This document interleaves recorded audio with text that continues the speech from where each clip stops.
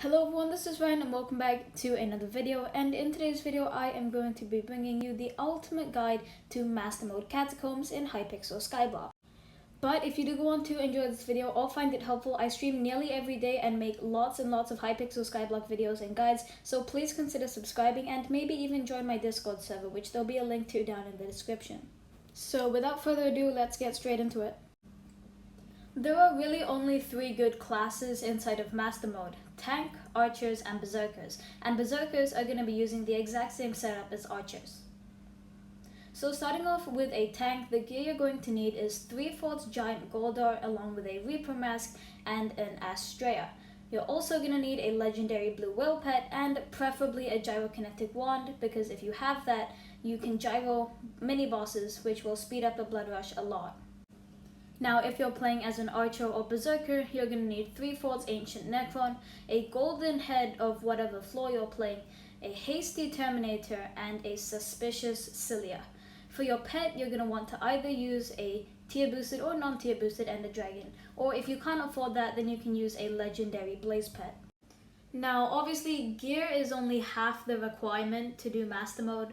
You also need a decent Catacombs level, so I'm just going to go over the Catacombs requirement for each of the floors to be able to do the floor well. So I would say for M3, Cata 33 and up if you have the correct gear, M5, Cata 38 and up, and M6, I believe, Cata 42 and up. Now make sure you need to have all this gear, otherwise the Cata requirement is going to be a lot higher for you to be able to do that Master Mode floor successfully. Now obviously these aren't the only things that you're going to need in Master Mode, so I'm going to quickly go over some of the other utility items everyone is going to want to have. Firstly, a Florid Zombie Sword. It's very good for healing. It's basically just a second Cilia. Now this isn't 100% necessary, but if you can, get an Aspect of the Void with an Etherwarp Conduit on it, because that's going to allow you to get secrets a lot easier. You're also going to want a Withercloak Sword, which is going to help you out a lot on mini bosses, because in most cases a Shadow Assassin or a Lost Adventurer is going to one-tap you, so what you want to do is use your Withercloak Sword to absorb the first hit, and then you can go ahead and kill the mini boss with your Terminator.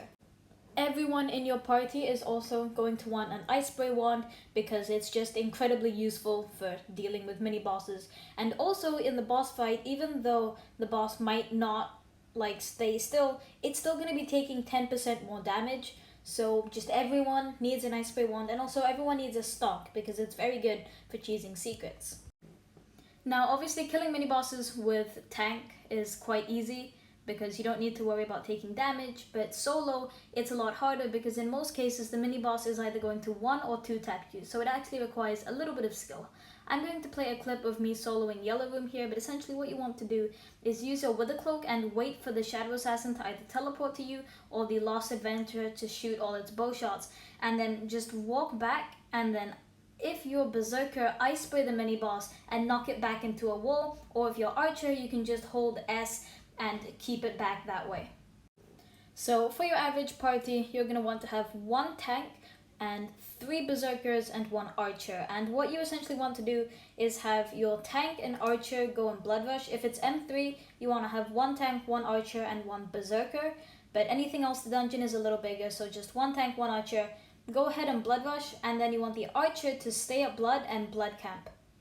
Then everyone else is going to clear all the rooms. Make sure you prioritize clearing all the rooms and getting a white check, because on M3 and M5 you just want to go for S runs. So get a white check first, do a few secrets, and then you'll be able to go through into the boss fight. Alright, so finally I'm going to talk about the boss fights of each of the Master Mode floors. So in M1, basically all you need to do is just pelt Bonzo, and you just need to watch out for his balloon things. When he goes into his balloon phase, hide behind the pillar, because if you get hit by that, you are instantly dying and you're also killing your tank, okay? So you don't do that, hide behind the pillar. M2 is basically, it's harder than M5, so you want to do it once and never again, okay? You want your tank to hide in one of the top areas and have everyone go and camp by the undead priest, let everything teleport to you, and then kill them. And when Scarf goes into his Wither Skull phase, hide behind the pillar once again and don't get killed. Now in M3, you want to have the tank stay in the middle for the first phase, and 1 Terminator, Archer, or Berserker attack each of the Guardians. Make sure you stay well clear of the Chaos Guardian, because that thing's gonna one-tap you.